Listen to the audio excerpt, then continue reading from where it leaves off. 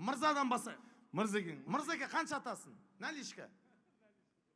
Ойынға ше просто. Қанша атасың? 100 мың. 100 мың, шапалақ. Әке, мырза. Әке, мырза, мен сенбеймін. Ажаға, мен сенбеймін ондайға. Бұл машинасында ақшам бәрі. 100 мың мырзаның атынан. Тағы. Көп қой ағаларым. Ой, айтшы. Жоқ, мен аттарын атамай-ақ өздері-ақ тұрып негізі бұлай беретін ағаларым көп. Сол мына жақтарда өзім таниды. Мына жақтарды білем ғой, өзіміз ғой мына жақтың бәрі. Мына жақтың бәрі өзіміз жаңағы. Чымалғанстан, анау мынау. Жинканың атынан 100 мың. 100 мың. 1, 2, 3, 4, 5, 6, 7, 8, 9, 10. 100 мың теңге жинканың атынан. 100 мың мырзаның атынан. Ең жағдай нашар жинканың өзі 100 мың шығарып отыр. Жағдай төмен ау деген баланың өзі 100 мың шығарып отыр. Мырзаның ат, бұл новый ақша ұстайды атаң әтші. Мынандай 10 мыңды көрдіңдер ме? Мырзаға Алла разы болсын, көп рахмет. 200 мың. Қалғандар не болды? Қамырға түйіліп қалдыңдар ма? Рахымжан ағасының атынан 200 мың. Кім мырза? Мә, 100 мыңды алып кет. Әншілердің өзі әннен тойдан ақша тауып жүріп 200 мың. Ағасы ғой бір шапалақ соғайық. Рахымжан Жақайым. Рахымжан Жақайымнан 200 мың. Мырзадан 100 мың. 6-7 заводы бар. Жинкадан жаным, әркімнің үстінен ақша көріп. Жинаған ақшасын шетінен 100 мың бер, жеңгем айрат шығар үйге барғасына язы. Жеңгем түкіргін жұтамай отырған жерде. 400 мың теңге. Кім бар тағы 500 қылатын? Ешкім жоқ па? Өзімнің атынан атайын онда, я? Болады. Менің атынан. Болады. Қуасың ба? Шалмауыз. Ат деп тұр ғой ма? Менің өзім 1,5 миллион тұрам, бауырым жетпей ма саған? 100 мың. Кім боласың? Досымын. Досының атынан 100 мың.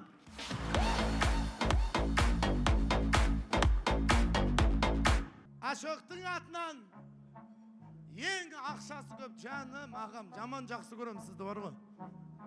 Ашоқтың атынан шапалақ соғамыз ба? Қанша? 101 мың. 110 мың. 101, рахмет. Атайат, бұл да қырсық қой, 101 мың берді ғой міне. Айтпақшы, ана кім бар ғой? Қарағандыдан келген кім еді? Ана әншілердің әнін салатын.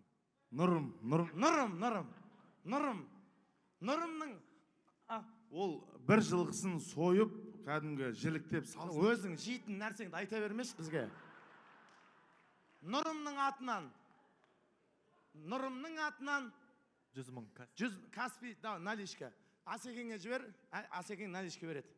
Тұр, бауыр, мен сразу шешіп тастаймын ондай проблеманы. Асеке, нөміріңді айтты, 100 мың беріп жүршін. Рахмет. Шудан келген Нұрболдың атынан басы десе. 600 мың, қанша болды? 500, 600, Нұрымдікімен 700 болды. Оттама, қанша? 1 мың. 701, әкең бәрін санап тұр мына жерде. 701 мың теңге шапалақ бар ма, жоқ па?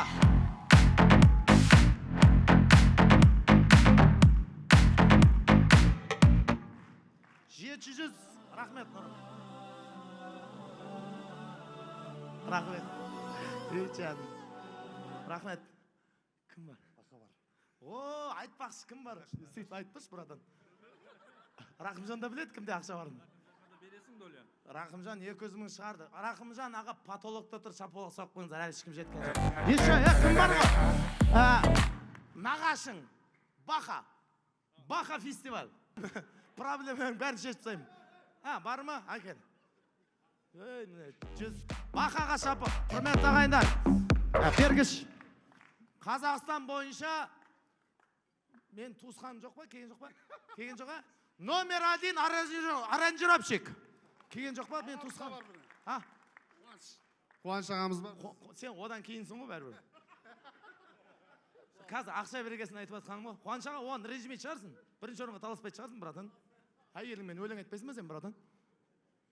Сіздерден жоқ, сом да бола береді негізі. 1 миллион сом деп. Так, қанша болды общий? 801 мың шапалақ бар ма? 901 мың болды. 99 мың керек енді ағайындар. 1000 теңгеде жинап шықсам бәрінен. Сұлтанның атынан, сұлтанның тойының атынан, бисмилла деп, ең бірінші телевизордың жеңімпазы номер... Сразу айтайын ба? Номер 83. Шапалақ соғамыз, 83. Рахмет.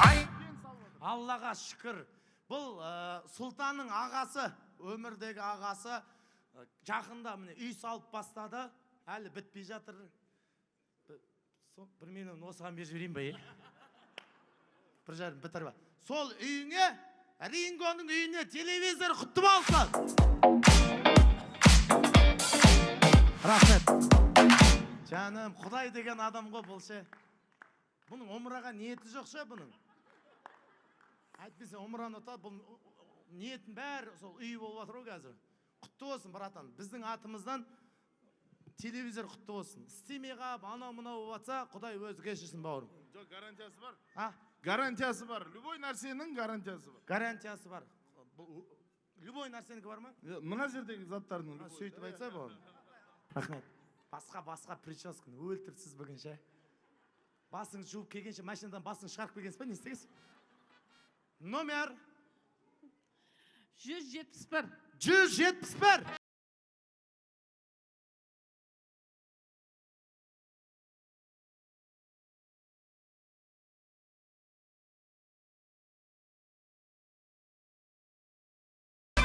Рахмет, кім боласыз? Мен ба Патшақанның папасының кластасымын. Нағып жүрсің, братан? Ауылдан келдіңіз ба? Жоқ, Ұзынағашта тұрам. Сарағашта, Ұзынағаш. Патшақанның папасының кластасы. Қол соғамыз ба? Құда! Рахмет. Құдаға анау сумка болмайды. Құда телевизор ұттыңыз. Рина, берші телевизорды. Қалсына. Мен өзім білем ғой, Сұлтан, араласпасаңдар, саған бұл бренд плов емес қой, кетші ар қарай. Мен өзім білем. Бұл құда Патшақанның әкесінің жоқтығын кәдімгідей білдіртпей, осы тойға құда болып келіп отқан әкесіне бір қол соқпай, құрметті ағайын. Рахмет. Бұл кісіге сумка. Рахмет аға. Бісміллә, менің қолым емес, Амилайдың қол деп жібересің. Хоппа деп асанға шықса.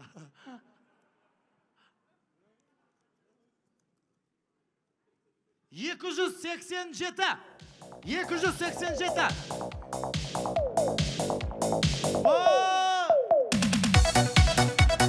Рахмет. Атыңыз кім? Гүлмира. Кім боласыз? Марат Жұлпиян құрдастары бұл. Мына сол бәрі құлдастар ғой, Ауылдасы, құрдасы. Ауылдасы емес, ауылдасы. Енді Қарақалпақстаннан келдік. А? Қарақалпақстаннан келдік. Кел, тіл үйретемін сізге. Стоп. Қайталаңыз. Хау. Алыпса, хауды алып тастаймыз. Ауылдасы. Сізге Дайсон. Оригинал. Қалжыңсыз. Рахмет. Білмеймін, қалай бұны алдап түсірген. Бұл атаң әтті 1000 теңге шығара алмаймыз біз ше. 2 миллионға қатаған ғой, Сұлтан бар ғой. Нұр, сен шайтанды алдайсың атаң әтті. Содан ғой сен патша алдан қойың. Енді Жеңканың атынан 366. Стоп! Мына өлеңді кім айтады? Қай столданды келесіз? 27. Кім боласыз? Марат аға мен Зуляның коллективіміз. Қай жақтағы коллективі? Базардағы ма? Базардағы. 100 теңге ма кіріп кетейіз дейтін жер ғой, Ай, қысылып тұрмын, кіріп кетейінші дейді. Сосын берем қазір, кіріп алайшы. Жақсы. Сізге базардағы коллективіне пилесос, қошемет соқпаңыздар, құрметті ағайындар. Рахмет. Махаббат жоқ деме. Жаным. Кім айтады? Жақсы сосын. Махаббат, жүрегім менің молодой, кім айтады? Білмейсіз ба? Рахымжан аға сізге өз лицомен жұмыс істеу керек бар ғой. Әннің бәрін біледі тан алар. Ай, Рахымжан аға айтады, тұрып қойшы Рахымжан братан. Ана кісі айтады міне.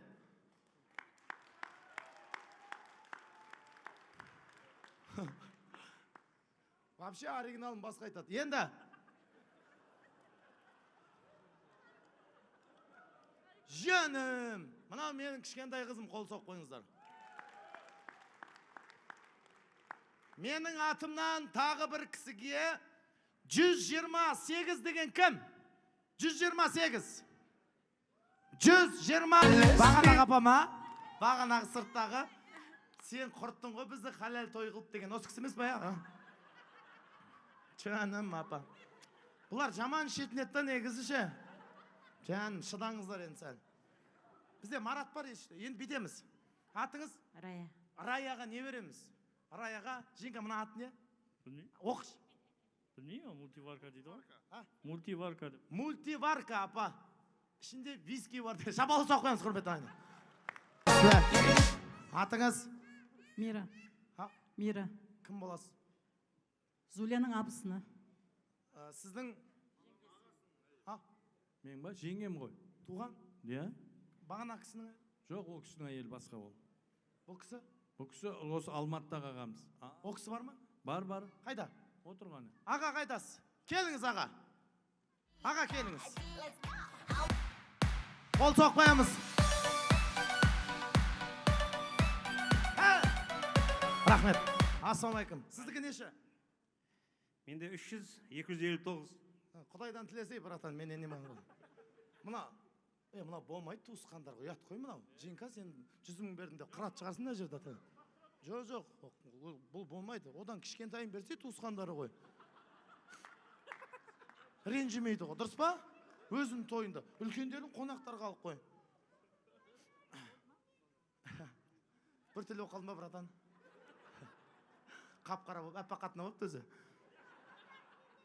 Құрметті ағайындар, Шымкентте Аядин деген досым той жасады.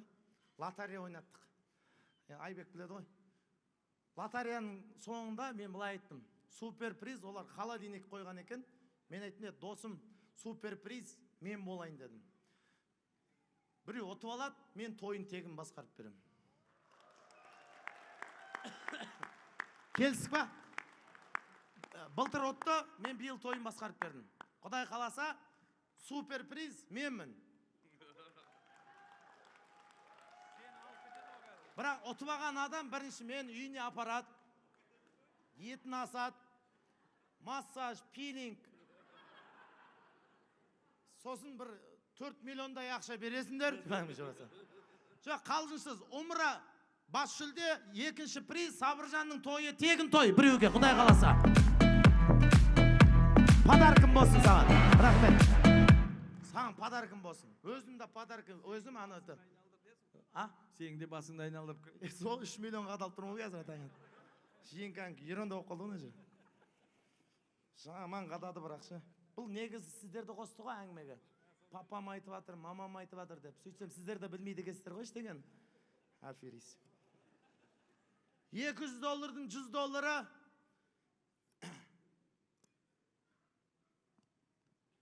$218. Не іштенді? 218. Апа? 218. Сенде? 218. Жоқ ғой, тоқта. Жоқ ғой, 218-де бір адам. Сіз кім боласыз? Сұлтанның туғандайы апасымын. Туғандайын апасы. Мысалға? Жездем болады, балдызыман. Апа, миымды ашытпай, конкретно кім боласыз айтыңызшы? Қарақалпақстан Республикасы Шымбай районынан Марат жездейдің балдызы боламын. Nima deyapsan, xola? Sen kim bo'lasan? Мен туысқаны Бауыры Сұлтанбайдың. Қай жақтансың? Алматыдан. Ей, туысқандары Алматылық емес бұның, ей. Ода сенеңді уз деп тұр ма? Қарақалпақ деп тұр ғой. Мұрат ағам баласы ма? Онда бит. Ана Хажы апаға 218 битик. Битикті, битиктен анда қалайық та, мына жерін жыртамыз да. 210 қып ұстап отыр сен. Сол кез шақырам. Дұрыс па? 8-дің үстін алып тағансың ғой. Туыс қой, туыс. Жоқ, нағашы бөлек қой ол. $100 Қарақалпақстанға кетті. Шынбай. Рахмет. Аман болыңыз апа. Қанша сом анау? Мама, 1.200.000.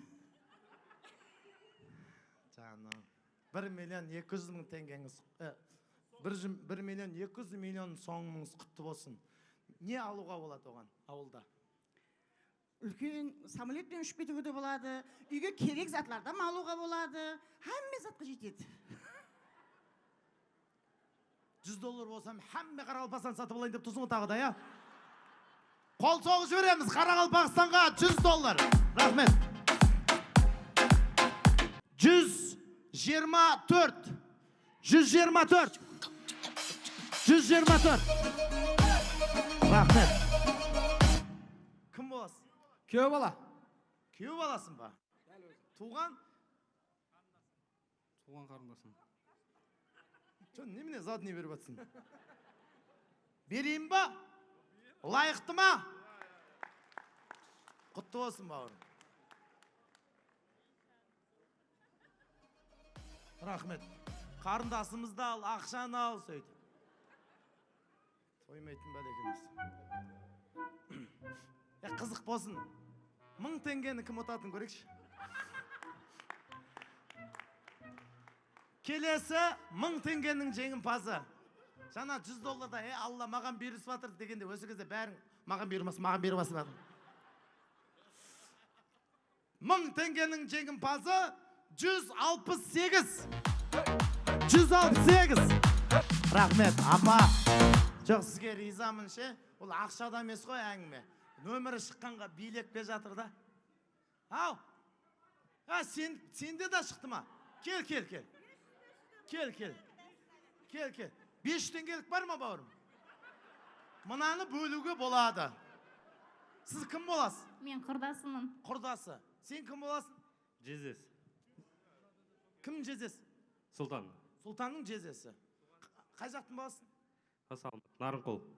Местныйсың ба? Местный. Қауіп местный адамдарам бар екен бұл жерде. Қалай, ұнап жатыр ма? Жақсы. Іштен етпейді, бау, үйреніп кетесің. Бір-екі тақта көпірге барсаң, вообще сол жақтың адам боласың, құдай қаласа. Кімде 1000 теңге бар? 1000 теңге беріңдерші. Ау, өй, жаным, сен да таңа бәлесің ғой, 500 теңге алып келдің ба? Енді өзі қайтсы 1000 теңге шығады. Енді 500 теңге саған, бауырым. Еңбегің бар ғой. Апа, 1000 теңгең құтты болсын, апа. Ке, бауырым, бір қымбат сыйлықтан беріп қойын. Мынау сізге, апа. Анам бере қой. Мынау сізге, апа. Құтты болсын, апа. 1000 теңге тұрады. Алас па? 1000 теңге тұрады. Дұрыстап берсейші адам несі. Өзіме қалады 1000 теңге, иншалла. Келесі сан.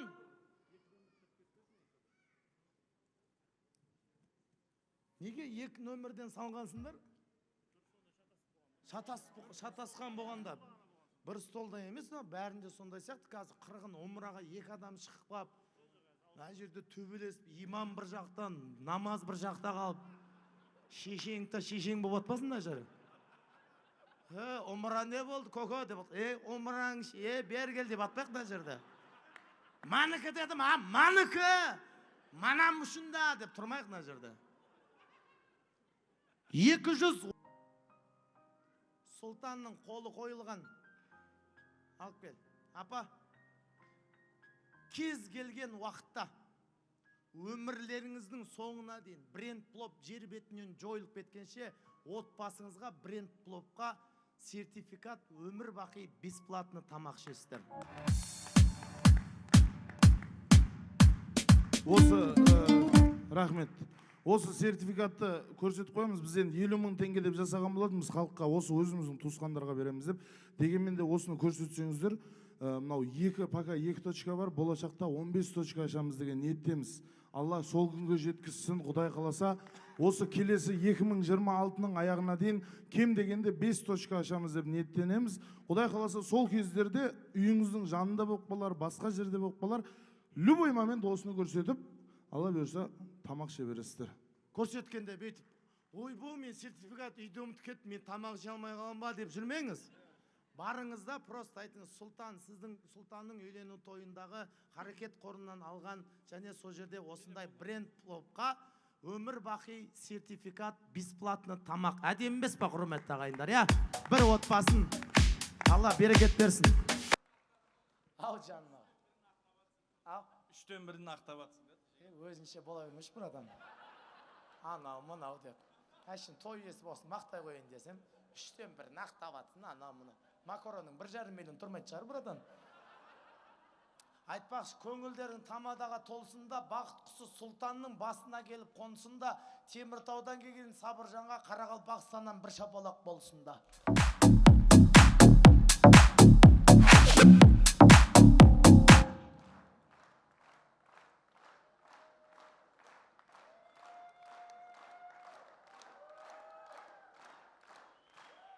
Бәсе сөйтіп қойыңыздар.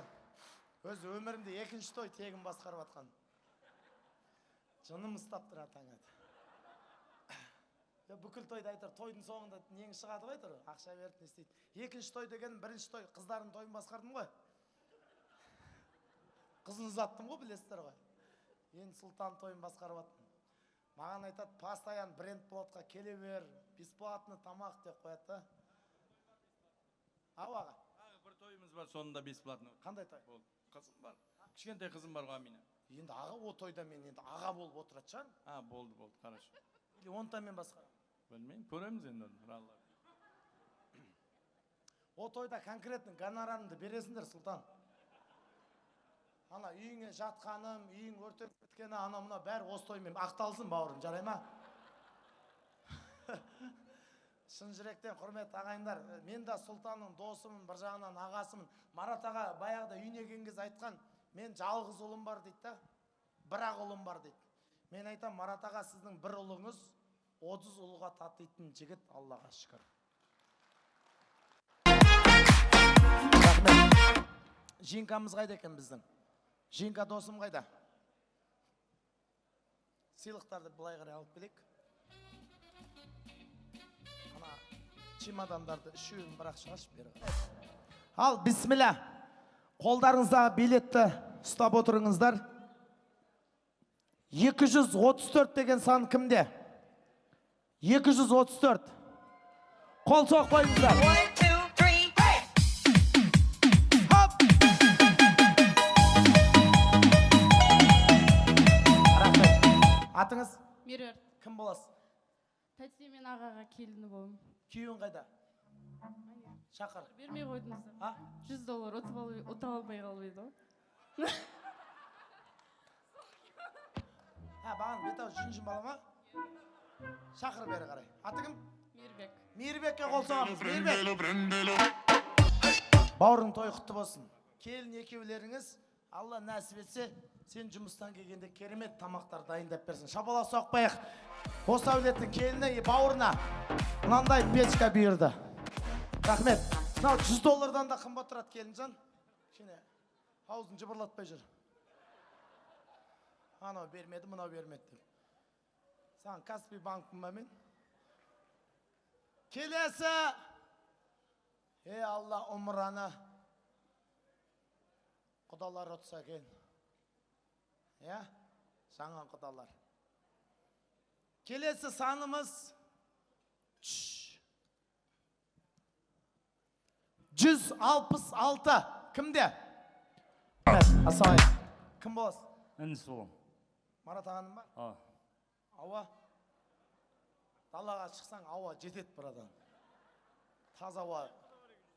166.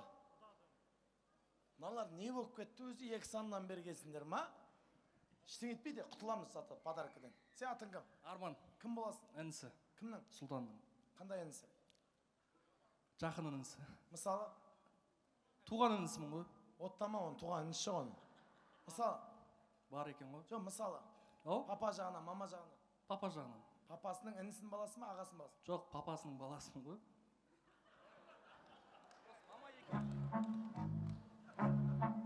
Басқа қатының бар ма еді не, братан? Так, есімің кім еді? Арман? Арман. Арманға қол соғып жібереміз. Арман, сізге мынандай айфон. Бұның бәрі оригинал. Қошемет соғып қойыңыздар. Рахмет. Оригинал деп қоясың ғой. Пиндомнан алған ғой бәрін. Келесі номер 223 кімде? Ажнияз бауырымыз, Қарақалпақстан. Жаным деп күлнарам, күнде саған барам. Рахмет. Рахмет. Қарақалпақстанның жұлдызы, шапала соқпайық. Ажнияз бауырымыз. Рахмет. Ажнияз, Қазақстаннан басқа қай жаққа шетелге шықтың? Қырғызстан, Москва, Тәжікстан. Тәжікстан, ошым СНГ-де жүрдің ғой, онда бір жақсы сөз, жарым ырыс. Мына сыйлықты берейін.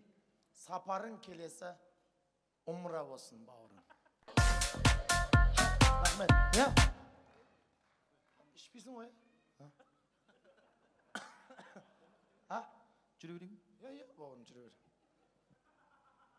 Умра болсын, бауырым, сапан. Мынау ішетін сияқты. Қаратауды қопаратын сияқты бар ғой. Жақсы. Ажниязға қол соғып қойыңыздар, құрметті ағайындар. Өтіп кетті ма? Сіздің атыңыз кім болады? Диларам. Кім? Диларам. Қандай арам? Диларам? Кім боласыз?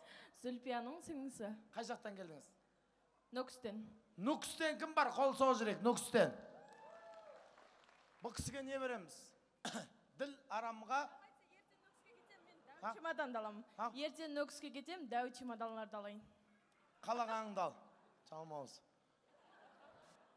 Анан алам, мынан алам. Жете ме осы? Біреу жетеді. Аха. Рахмет. Алып кете берейін ба? Алып кете бер, жан. 305 деген сан кімде? 305.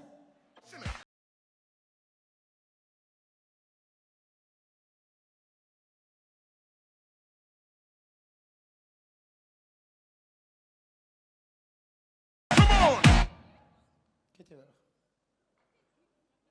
Ал. Екі. Бұның бәрі Мараттың пейілі ғой, жаным. Әр қайсысы біреуден алмасын деп, екеуден кел кім? Жасыл. Жасыл. Жасыл. Кезеңші. Шынарға қол соғамыз. Шынар-ау деп шақырсам, шықпа үйіңнен. Рахмет. Шынар әпше, пайымдамасаңшы, мен ғой тамада. Неге ондай қылдыңдар, адам бытшын шығарып? Енді той болғаннан кейін сондай болу керек та, өзі болып тұрады өзі. Не болып тұрады? Ошибка болып тұрады, ошибкасыз той болмайды деген. Ошибка болғанда қазір серьезно айтамын, умраға бытш төбелес болады бауырым. Нұрлан имам шақырып атпайық мына жерде. 202 деген кім? 202. You know I'm mobbing with the D.R.E. Smoke weed every day. Атың кім? Жанасыл. Кім боласың? Інісі. Қай жыласың? 2008. Ема, не жеп атсың сен бауырым? Ма. Чемодан берші. Базарда сатады чемодан. Чемодан берші. Рахмет. Сіз кім боласыз? Құда. Атыңыз? Өмір. Ha? Өмір. Қай жылысыз? 82. Өмірің ұзақ болсын, өмір. Патшаға кім боласыз? Ағасы. Туған? Ағасының жорасымын. Құда болып келіп отырмын. Кімсің, братан? Өмірмін. Өмірсің ба? Өмір деген құдаға көмір береміз бір қалта деп әңгіме жүрсің. Өмірге чемодан берейік, құда ғой. Қай жақтан келдіңіз? Станция Шимал. Ha? Шималган. Чемалғанстан ба? Ау, Біздікі қашан болады? сенікі неше? Кіммен келдің тойға? Тойға кіммен келдің? Әже. Әжең осында ма? Иә. Тамam, мен сөзімді қайтала. Әже! Айт, әже де. Әже. Мені алып кетші ортадан де. Мені әкетші ортадан. Қақта отыр әжең? Әжең қайда отыр? 1, 2, 3 деймін, жүгіріп барып әжеңді құшақтап ал. 1, 2, 3, жүгір! Рахмет. На, братан. Өмір деген құдаға қол соғып жіберіңіздер. Қайнаған ба? 319 деген кімде? 319. Ассалаумағалейкум. Есіміңіз? Тілек. Кім боласыз? Ағасы болам. Қай жақтансыз? Оралдан. Ha? Орал. Орал қаласынан. Батыстан ба? Иә. Руыңыз? Кіші жүз бай бақты. Жаным, менің 12 ата байылым. Апа, атыңыз кім? Атым Бибижамал. Руыңыз кім? Ұрым қолдағы Қоңырат Киікбай. Қолдағы Қоңыратпан. Қоңыратпан? Мен кіші жүзбан. Қоңыратпанға бер. Қоңырат деген қай жүз? Ұлы жүз, орта жүз? Ұлы жүз. Ұлы жүздің Қоңыратпанға шапалақ соғамыз. Сұлтанға кім боласыз? Сұлтанның мамасы ма, үлкен мамасы. Қанақа мамасы? Папамның туған ағасының әйелі ғой. Бағана Азамат ағамның әйелі емес пе? Азат ағамыздың? Азат ағам әйелі? Иә. Азат ағам қайда? Анда. Шақырыңызшы. Азат. Әджәрі күджу десе. О, Азекен, ачки тауып тұршы. Ол менің ақ періштем, Рахмет. келбетін ақ келістем. Азеке, қош келдіңіздер. Қанша бала шаға бар? Қанша? Әзірше біреу. Нормально. Әзірше біреу. Азлау екеуін алайын. Әзірше біреу болғанда әрі қарай уже поздно, брата. Бала шаға деген ол әйел деп түсін. Жоқ, әйел емес. Бала шаға, бала. Бала үшеу. Үш балам бар.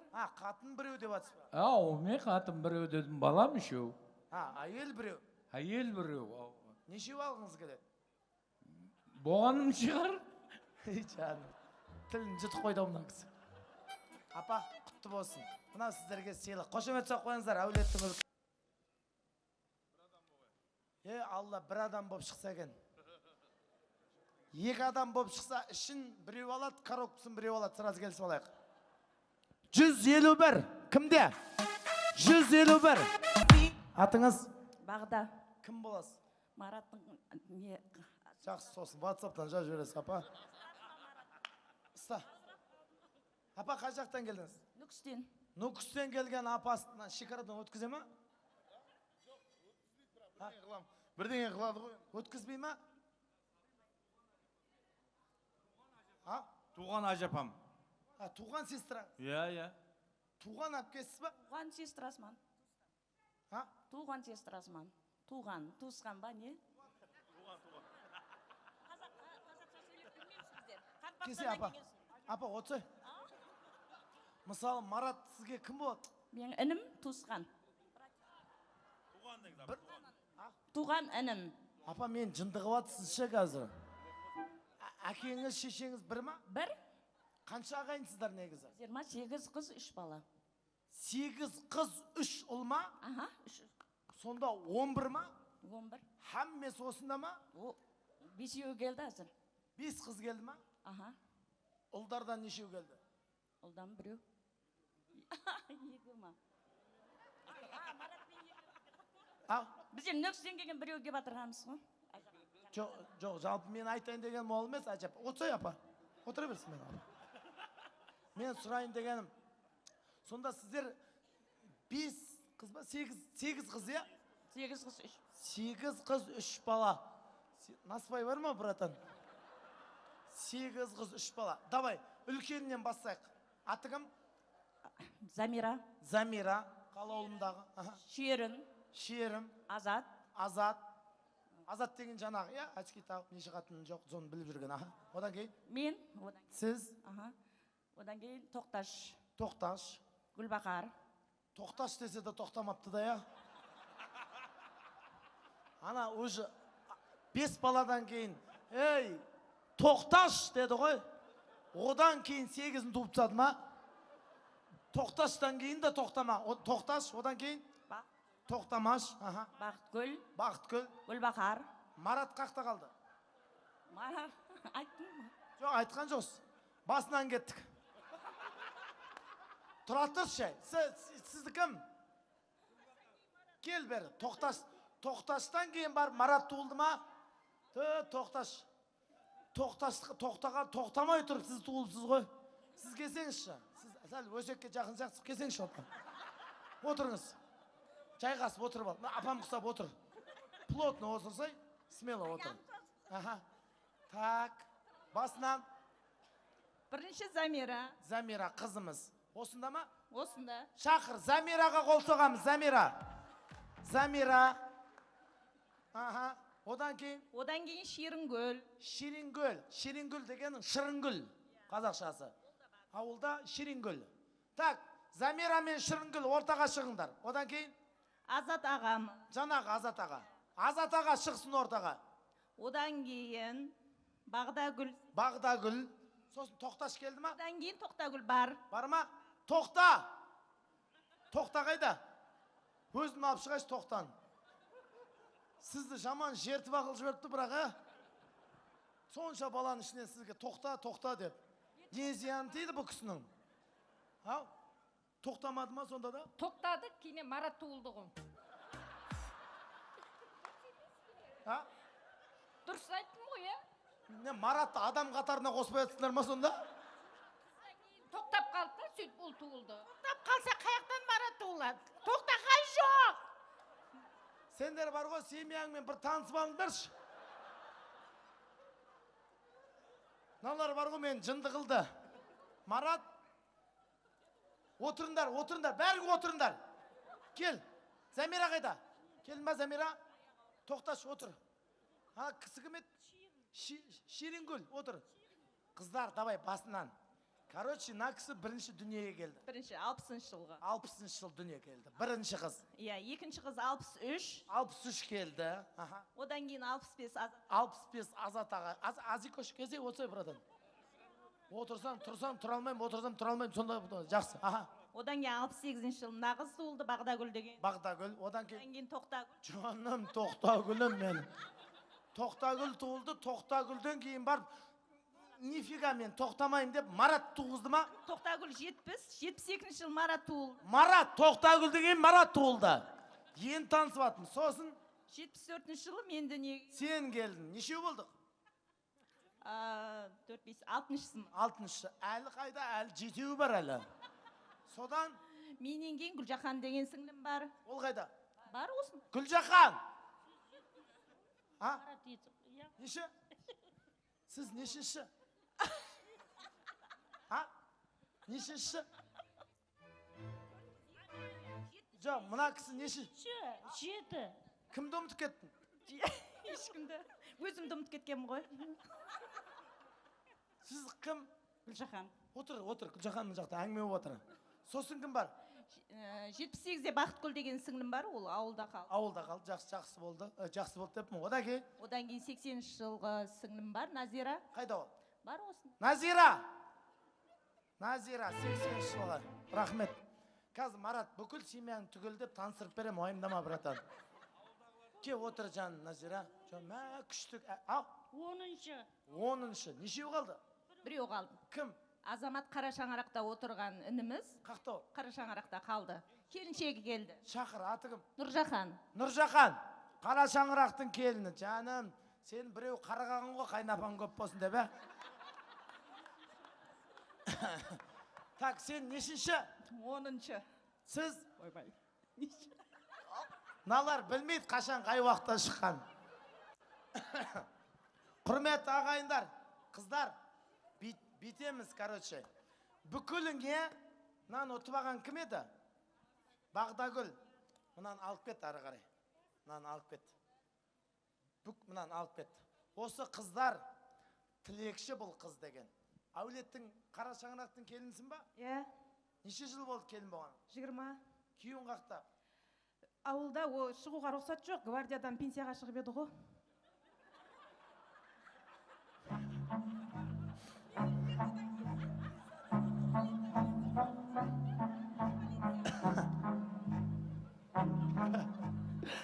Жаным, бүйтеміз. Мен мынау келген кім? Гвардия, бергеш. Ана ауылдан келген гвардиядан пенсия деген милиция ма? Ава. Ау, не дейсіз апа? Полиция деп айтылады ғой, сіздің тіліңізде. Бізде милиция. Мен тілім не? Басқаша тіл ма не? Міне мен тілім, міне. Қошын бетеміз. Мынау келген 1, 2, 3, 4, 5, 6, 7, 7,5. Келін ғой. 7 қызға алып кел сыйлықты. 7 қызға 7 сыйлық беруге рұқсат па? Қыздар келдер. Рахмет. Бірінші дүниеге келген әжапасы. Бетіне сүйіп қой апаңның. Екінші шыққан кім? Кім? Ширин. Үшінші шыққан кім? Бағдагүл, ол ананы ұтып алды. Бағданыкі бар. Тоқта, жаңа. Әкел, Тоқтагүлға нормальнын бере. Тоқта десе де тоқтамағаны таңады. Рахмет. Не бар? Мынаны бер. Тоқтагүл, сізге бір емес, 2 сыйлық берем.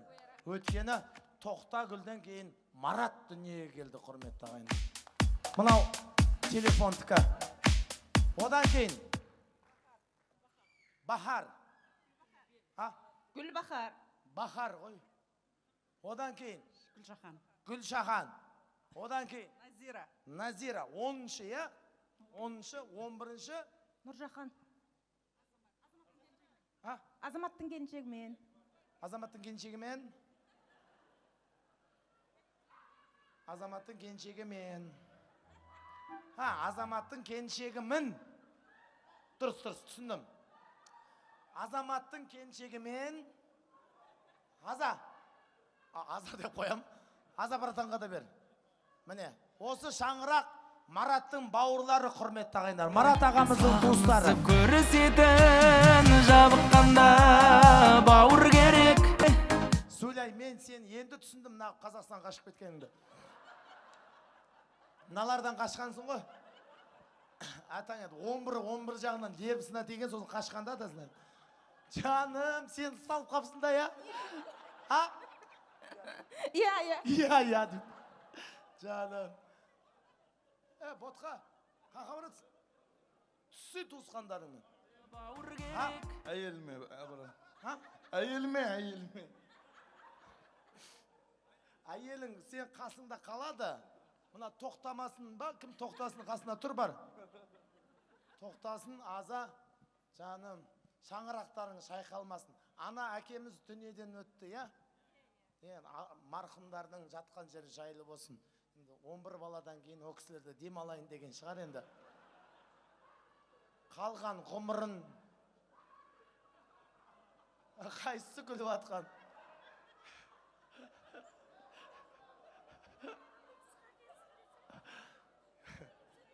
Сіздің күлкіңіз жынды екен бар ғой кәдімгі. Уа-ха-ха-ха деп кәдімгі. Әйел адам солай күле ме екен? Рахмет. Наста. Подаркасын бер ана. Так, мынаны кім ұтты жана? Бағдагүлдің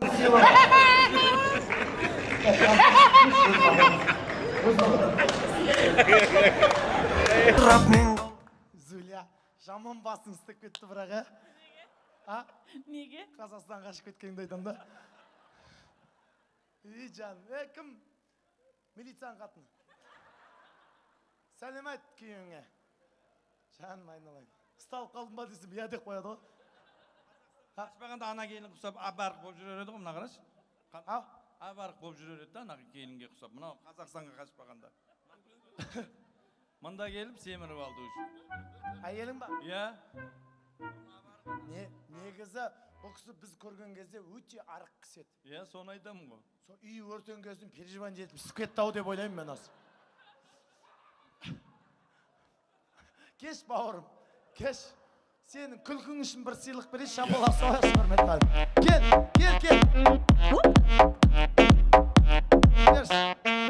Рахмет.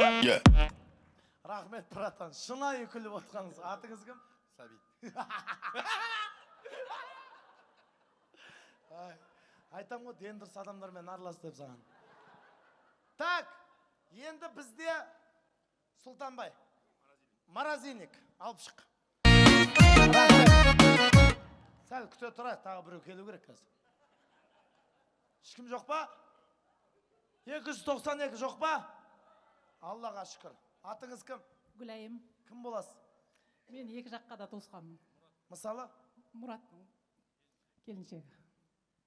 Екі жақлап балдыз болып келем, жаңағы Азат ағаның туған балдызымын.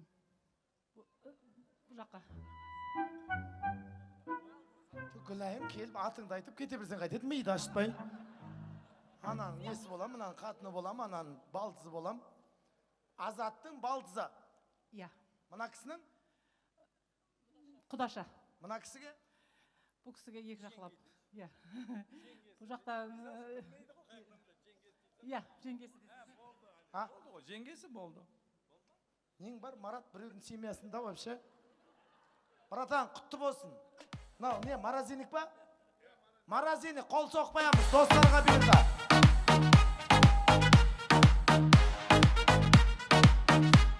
Холодильник. Холодильниктің жеңімпазы 298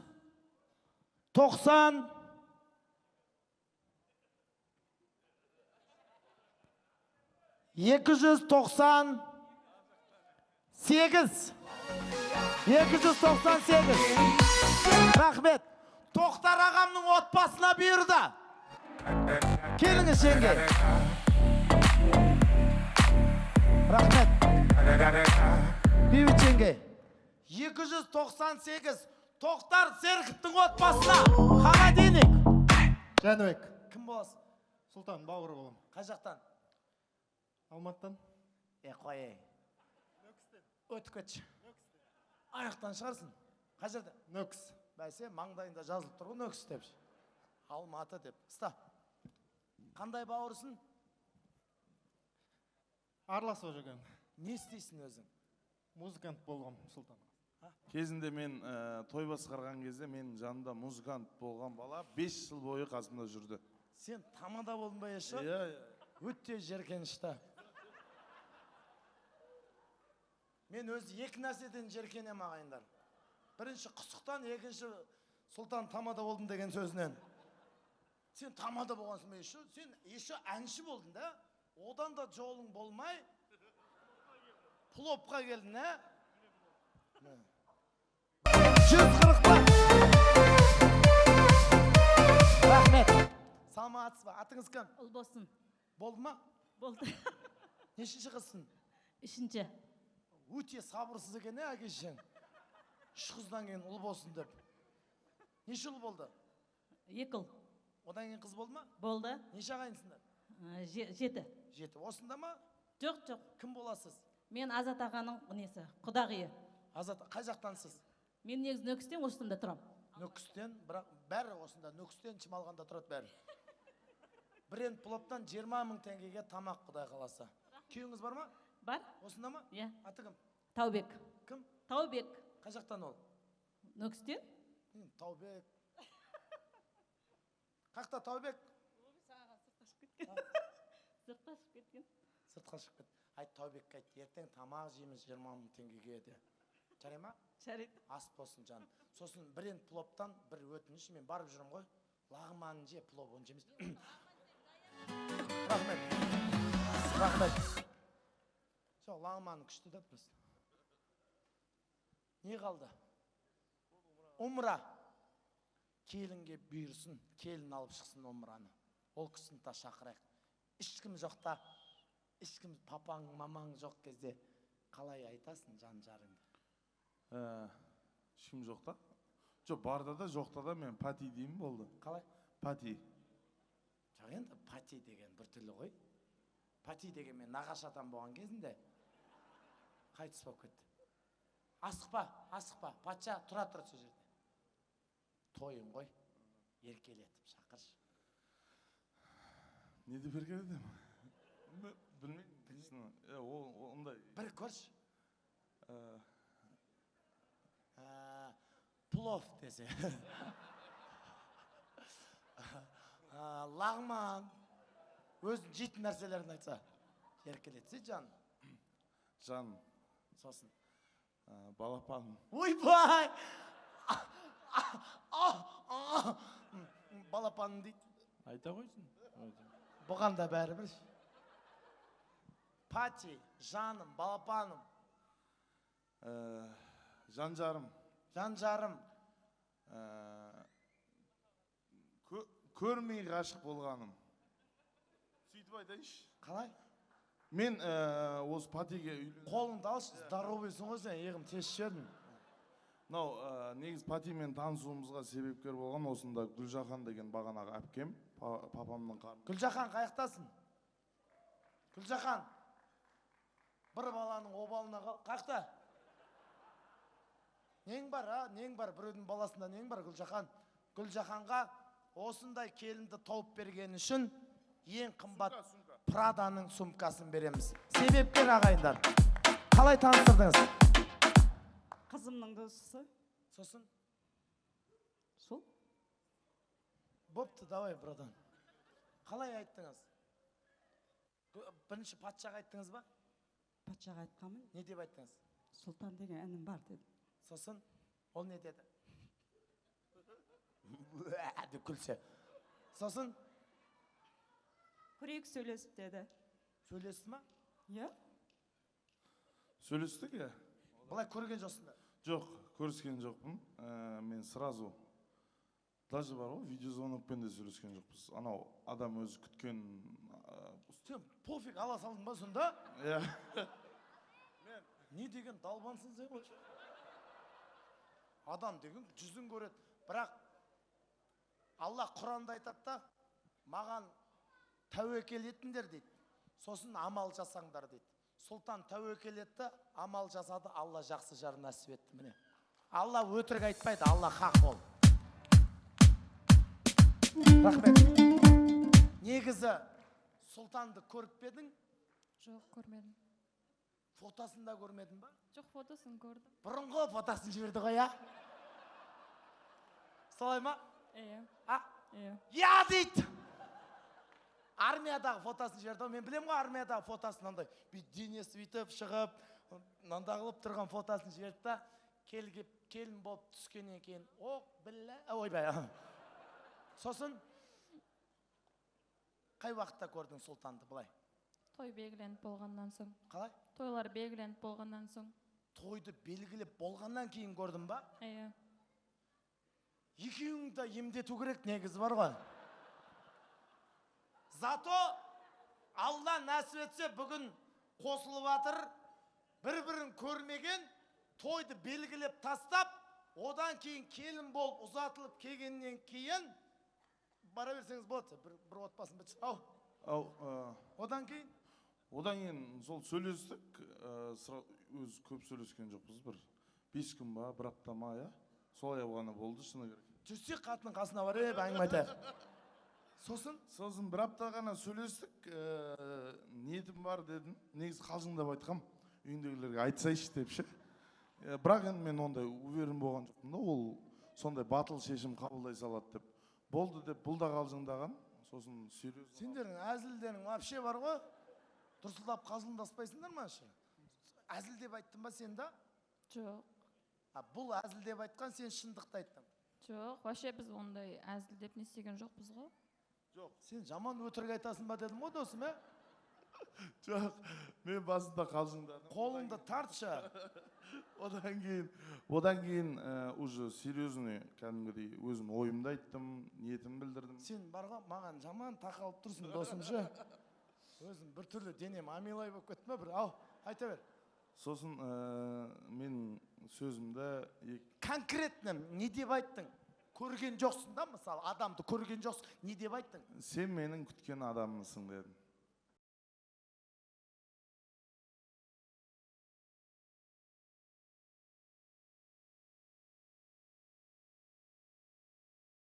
Сіз менің күткен адаммысың деген кезде, сен не деп жауап бердің?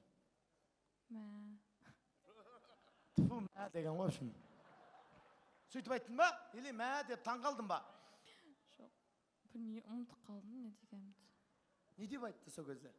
Сол кезде сен де сондай деді ғой. Білмеймін, сондай деп айтқан шығар. Айта салшы деші. Жоқ, айтты. Мен точно білемін ғой. Перепискаларым да бар. Шығаршы соткаңды, көрейік. Оны ашып отырмақ қояйық, уақыт көп кетіп қалды. Жоқ, шығар, көрейік не деп айтқан. Қалжындаймын. Сіз мені күткен адамсыз дегенде, сізді Аллаға шүкір, мен де сізді күттім деп айтқан шығарсыз, я? Или мә дедің ба? Жоқ, айттым. Я? Сосын, а? Серьезный әңгіме болды ғой. Серьезный әңгіме болды, я? Келінді үндемей ма десем, әңгімені жіберетін сияқты ғой. Айттым ғой, бір жылдан кейін көресіңдер. Таңқ етіп тұрмасын ертең. Осы болар Алланың жебегені, осы болар бір құдайдың демегені. Сұлтан мен патшаға қол соғыңдар, Қарақалпақтың қыз жібекпен төлегені. Ал! Сұлтанбайға шапалақ, патшамызға шапалақ. Қолды көтердік. Екеуіне ағайын, мәңгі бақи махаббат. Әкесіне шапалақ, анасына шапалақ, ағайын мен бауырға, тоқта гүлге шапалақ. Орнымыздан тұрайық, жүзімізді бұрайық. Марат пенен Зуляға бір шапалақ соғайық. Ана қыздың алқасы, мына қыздың алқасы, осы тойдың барысы, әкесінің арқасы.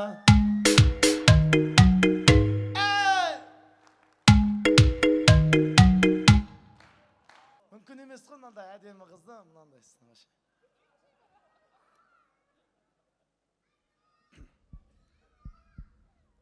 2025 жылғы Алла нәсіп етсе 2025 жылдың соңғы айларын қиямет күнге, ақыретке деген жетістікпенен тәмамдайсыздар. Умраға жеңімпаз бірден бастап 100-ге дейін саны барлар қолын көтерсінші. Бірден 100-ге дейін. Орнымыздан тұрайықшы, бірден 100-ге дейінгілер. Қайтындар сендерде шанс жоқ өші. 74-ші нөмір. Ортаға қошемет, құрметпен шақырайық. Ләббейк Аллахумма ләббейк, ләббейк ла шәрика ләка ләббейк. Аллаху әкбар. Иннал хамда ван ниъмата ләка вал мулк ла шәрика ләк. Рахмет. Ләббейк. Бақа. Диета тобындағы Дархан осы номерді маған тастап кеткен. Той басталғаннан салауат айтып отырған. Мен умраға барам деп. Звондаш. Диета тобындағы арығы ма? Ұтып берем деген ғой іші. Өйтіп, өверіне болма бауырым. Иншалла деп атырмын. Я, звонда. Диета тобындағы арығы ма? Арығы. Еще маған тастап кеткен ғой. Видеомен звонда. Қазір саунадамын, сосын қабырылсайық десе.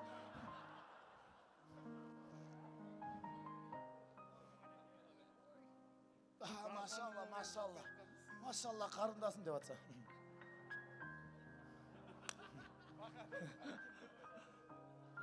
Ой, машалла, қарындасын. Табаныма жаса жүр деп атса. Стоп. Дархан!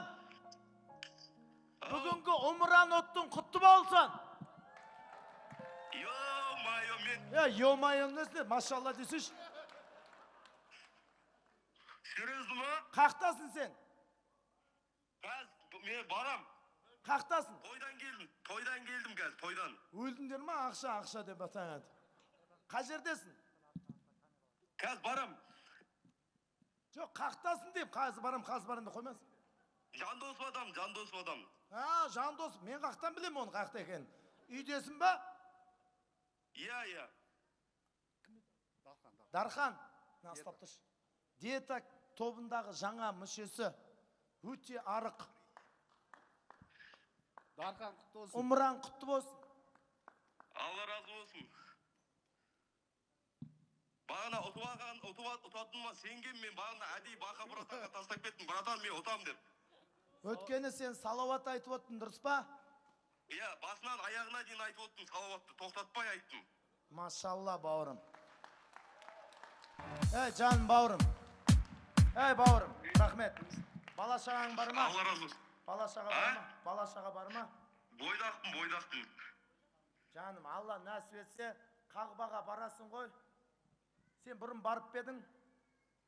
Бармаған бірінші рет барайын деп тұрмын осы, Алла қаласа. Ана бүйрабасын кетеді ғой, білесің ғой, Құдай қаласа. Кете берсін. Сен Қағбаны көрген кезде, Қағбаның цветі менің цветімдей, білесің ғой? Қара. Сол Қағбаға қарап тұрған кезде ең бірінші жасайтын дұғаң, өткені Қағбаның қасында жасалған дұға артқа қайтпайды. Бірінші жасайтын дұғаң мынандай болсын. Мараттың отбасына Алла бәрәкат бер. Сұлтан менен патшамызды екі дүниеде бақытты ет деп дұға ет. Бірінші дұғаң сол болсын. Болды. Екінші дұғаң Сабыржан деген тамада. Сосын ары қарай не айтасың? Білмеймін, айтам барғансын дейді. Не айтасың? Тойы көп болсын деймін. Той, әлхамдülillah, жетеді. Сен былай ет. Халықтың махаббатына тамадалықты бітіргенше ие болып жүре берсін деп дұға ет. Болды. Алла қаласа. Құтты болсын. Мына шапалақ саған соғылып жатыр. Алла разы болсын. Атыңыз кім? Саламатсыз ба? Оналай. Кім? Оналай. Оналай деген анамызға қол соқпайыңыздар. Бұл кісі Оналай апа, сіз Қарекет қорының атынан 1481 баспананы ұтып алды. Шапалақ қайда?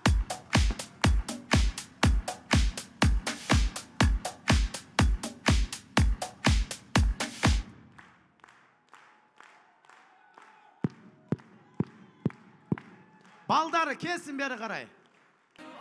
Анамыздың осы балдарын өзі бағып, өзі қағып, ешкімнен қарыз сұрамай, ешкімнің алдына бармай, пол жуып, қолынан не келет? Қызым көрікті болсын, ұлым ұлықты болсын деп жүрген осындай аналарға бір шапалақ соқпасақ ұят болады, құрметті ағайындар. Ана экрандағы үйді қараңыз, бұл сіздердің үйлеріңіз. Міне!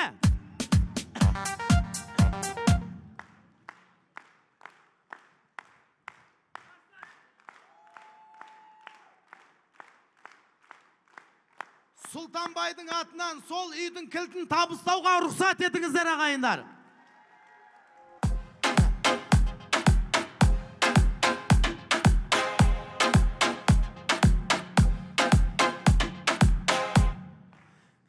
Ділдәбекова Оңалай ханымның отбасына табыстаймыз. 1481 баспана Қарекет қорының атынан шапалақ құрмет қошеметтеріңіз, қайырымдылық қолы, халықпен біргеміз дейді, ағайындар.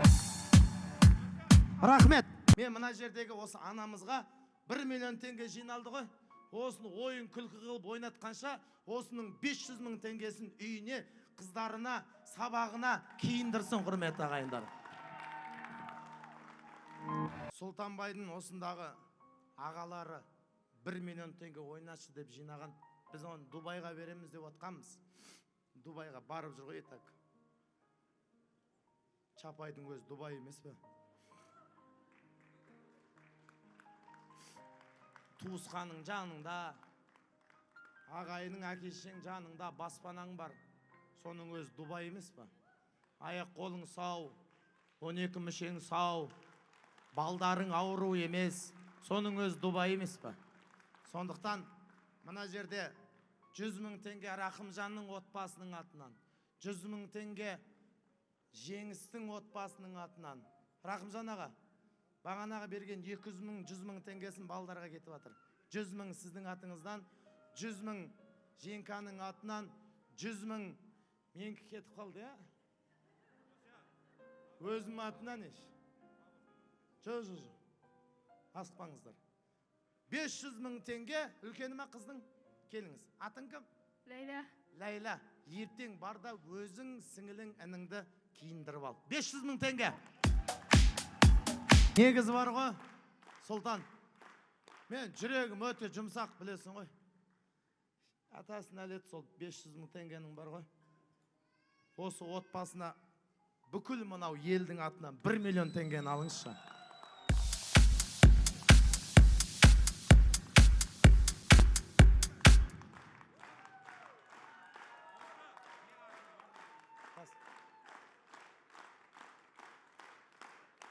Бүгін сіз Харекет қорының атынан, қазақ елінің атынан, Харекет қорының басшысына бір шапалақ соғайық. Аллахтың разы болсын ол кісіге. Көп рахмет.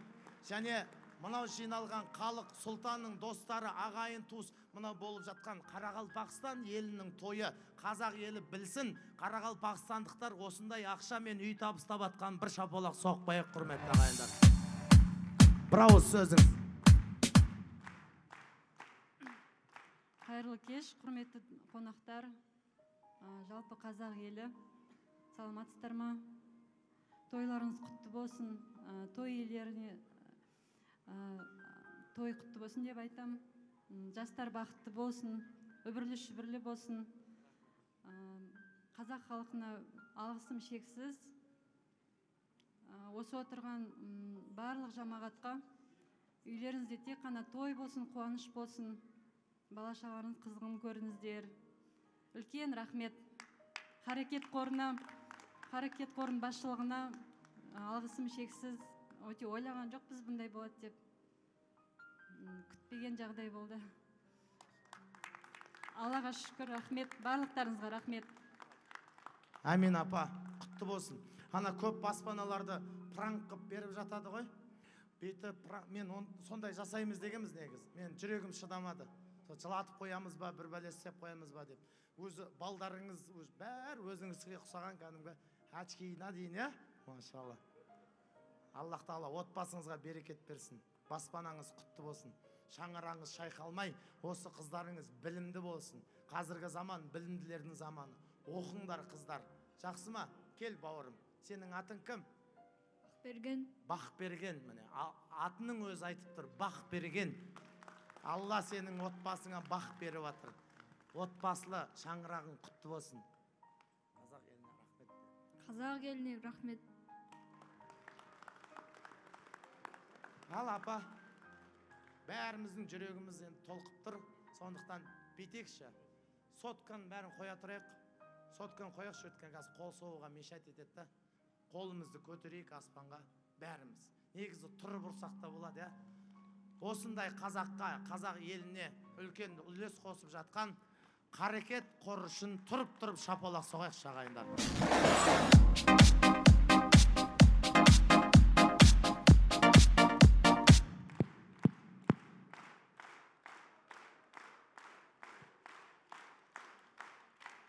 Бірер үсті бұйырсаң тындыратын қазағым, ұнамаған адамды сындыратын қазағым, қарыз алып Каспийден қайтармайтын қазағым, іші баса жыртам деп айқайлайтын қазағым, 9 сайын әйелін тудыратын қазағым, әйелім туды дабай деп жудыратын қазағым, мастер батып тербап ой қылатын қазағым, Марат Құсап ең қымбат ресторанда бір ұлына той қылатын қазағым, көңілің қалай босасын, жырдан маржан шашасын, бір Алладан тіледім, Харекет қоры қияметке дейін жасасын.